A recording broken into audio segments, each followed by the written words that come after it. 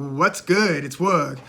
Gervonta Davis versus Ryan Garcia is reportedly finalized. We've heard this or something similar to it a few times now, but the boxing media, the mainstream boxing media, I'm talking, Mike Coppinger, Michael Benson, Keith Idec from Boxing Scene and so forth. They're all, reporting this. And, it came from both fighters, social media, their Instagram accounts. I know that means a little bit less. And I know that even in the wake of this report coming from that mainstream boxing media, we're all still a little bit skeptical, right? Especially because we recently saw something similar about, agreed upon, the terms agreed in the Errol Spence versus Terrence Crawford fight, which, fell apart. Now Terrence Crawford is going to be fighting David Avanesian, and Errol Spence has been mandated by the WBC to fight Keith Thurman. We'll see how all that goes. But I understand the skepticism here. It's almost like until I see the fight flyer and the date and the venue, just everything in place, and maybe a face-off in a press conference, a lot of people just aren't going to believe it, especially because Gervonta Davis is seemingly, I believe, going to take a tune-up fight sometime in December or January before this Davis versus Garcia showdown. So that just adds more variability. But they're saying that they want to do this fight in 2023, and the terms have been agreed upon. Now, the terms between the fighters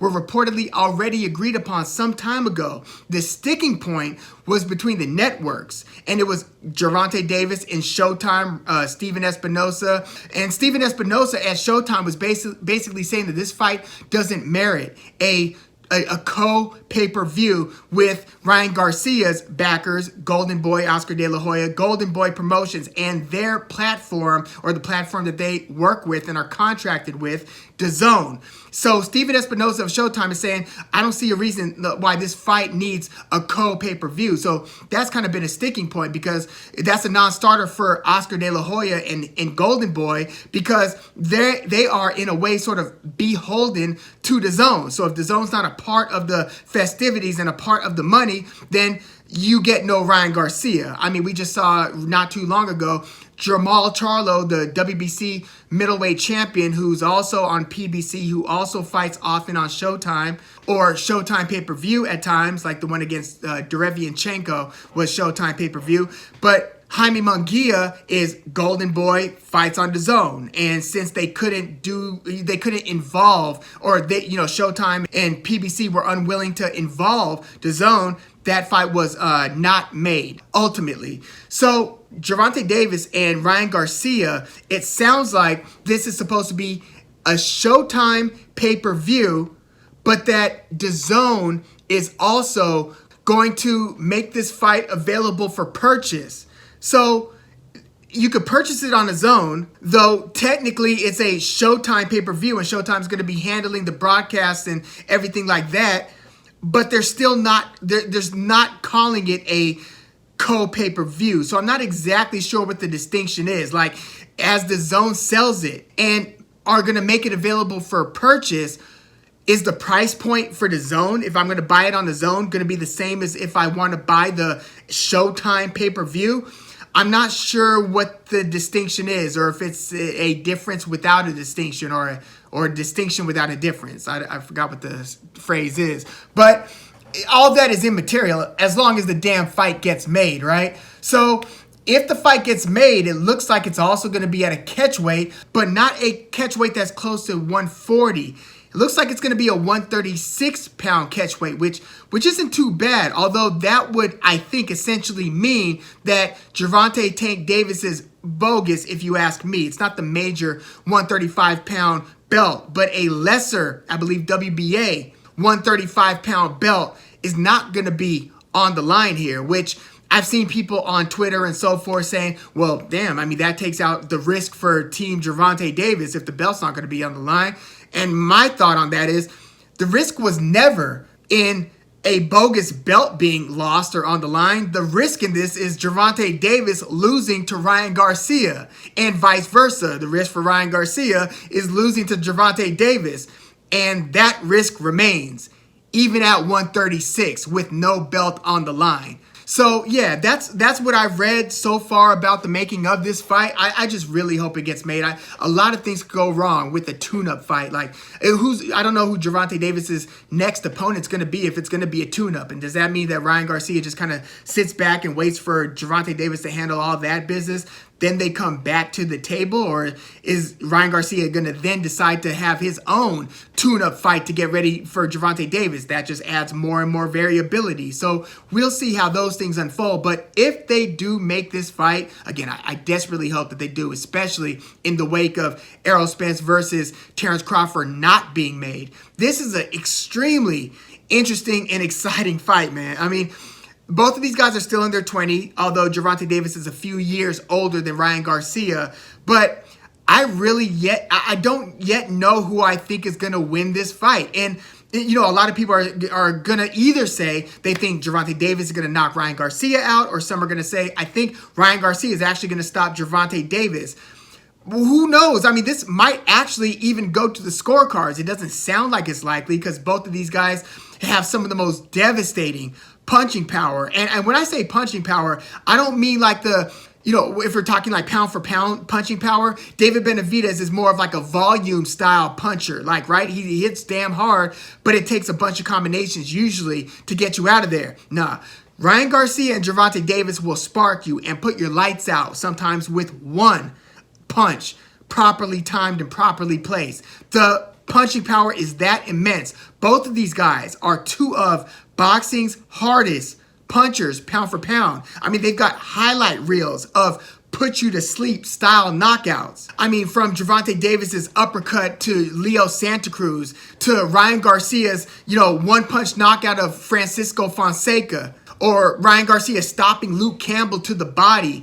Or Gervonta Davis. Out of Gervonta Davis's 27 wins, 25 have come via knockout. Out of Ryan Garcia's 23 wins, 19 have come via knockout. So, yeah, I really hope that this fight happens. But here's the thing. I can see Gervonta Davis perhaps knocking out Ryan Garcia. I can see Ryan Garcia knocking Gervonta Davis out. But because of the height dynamic here, first of all, I think it's going to start kind of slow. I think these guys are going to be highly respectful of one another's power in the earliest stages of the fight. I mean, Gervonta Davis is generally a pretty patient starter to begin with. We saw him, take a few rounds to get cooking against Rolly Romero, another dangerous puncher. He kind of was patient early against Isaac Cruz, even against Mario Barrios and Leo Santa Cruz.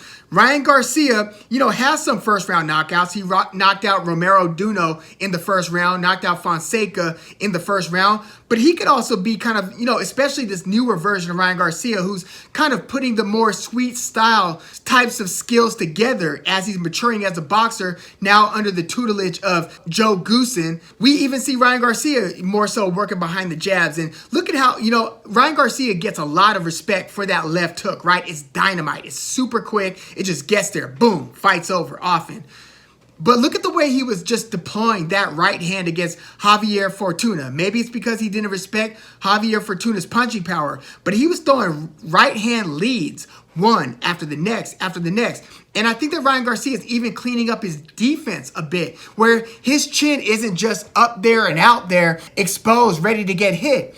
He's kind of cleaning up some of those defensive liabilities. So I can see one stopping the other, but as online boxing analyst Richard Dwyer would put it, in the slow rounds, because of the height dynamic, I can see Ryan Garcia kind of winning more of the minute by minute snapshots, or those little intervals of the fight where if nothing big is happening, if no fighter is like demonstratively hurting the other or dropping the other, I can see Ryan Garcia being the person who starts winning those early to middle rounds, and then it being on Gervonta Davis to kind of close the gap, either on the scorecards or knock the guy out. But if this fight takes on a boxing match type of flow, devoid of knockdowns, where one guy's not knocking the other down and they're basically just kind of respectfully, tit for tat style fighting, because of Ryan Garcia's jab, Less so because of the right hand. I don't think he's just going to keep on throwing a right hand lead with reckless abandon against Tank the way that he was against Fortuna. But even just behind the jab, because of the height, it would be on Davis to get on the inside of Ryan Garcia. So because of that, might you even kind of tip the favorability slightly over to Ryan Garcia? Because it's almost like, I'm not going to say Gervonta Davis needs a knockout. I've seen him win rounds. He beat Isaac Cruz on the scorecards with a bad left hand. So he could certainly box. And who knows, he might win the majority of the rounds against Ryan Garcia. I could just see it being a thing where if Ryan Garcia is able, it's a if he's able to reliably touch Gervonta Davis with the jab, then I could see Ryan Garcia winning a lot of those slower rounds, so to speak. But please, give me your early thoughts. First of all, do you think that this fight even gets made for the first half of 2023? Like, I just don't like the variability. I don't love that Gervonta Davis is going to take yet another fight before this fight with Ryan Garcia, especially because, I mean, Gervonta Davis fought in May. Ryan Garcia fought in July. So they fought at, within a couple months of each other. So I tend to think that if Gervonta Davis is going to take a fight, that Ryan Garcia might also take another fight. Otherwise, it's going to be it's going to be about a year, or at least close to a year, since Ryan Garcia's last fight at the time that he will be fighting Gervonta Davis. So let me know your thoughts on whether you think that this fight even gets done. But here's the thing. With all the skepticism, understandable skepticism and cynicism, the major barrier to the fight happening, and this has pretty much been voiced by several people in the, in the circles that are trying to make this fight happen, it has been coming down to, hey, the fighters are down to, they've got their split agreed upon. The promoters essentially have their splits agreed upon. It's the platforms, the networks that need to work something out. So if that truly is worked out, then I actually do like the likelihood of Gervonta Tank Davis versus Ryan Garcia going down. And by the way, shout out to whoever made that kind of interim flyer that Gervonta Davis posted on his social media. It does kind of create a little bit of excitement when you see like a visual image of, hey, this fight's about to happen. Even if it was pretty damn generic. It says something like coming in to Las Vegas in 2023. So it didn't have a particular fight date, didn't have a fight venue, nothing like that. But I'm relatively optimistic that this one gets done. But once again, please let me know what you think in the comments. Like the video, subscribe to the channel if you are into the fight talk. I'm Woog. Thanks for tuning in.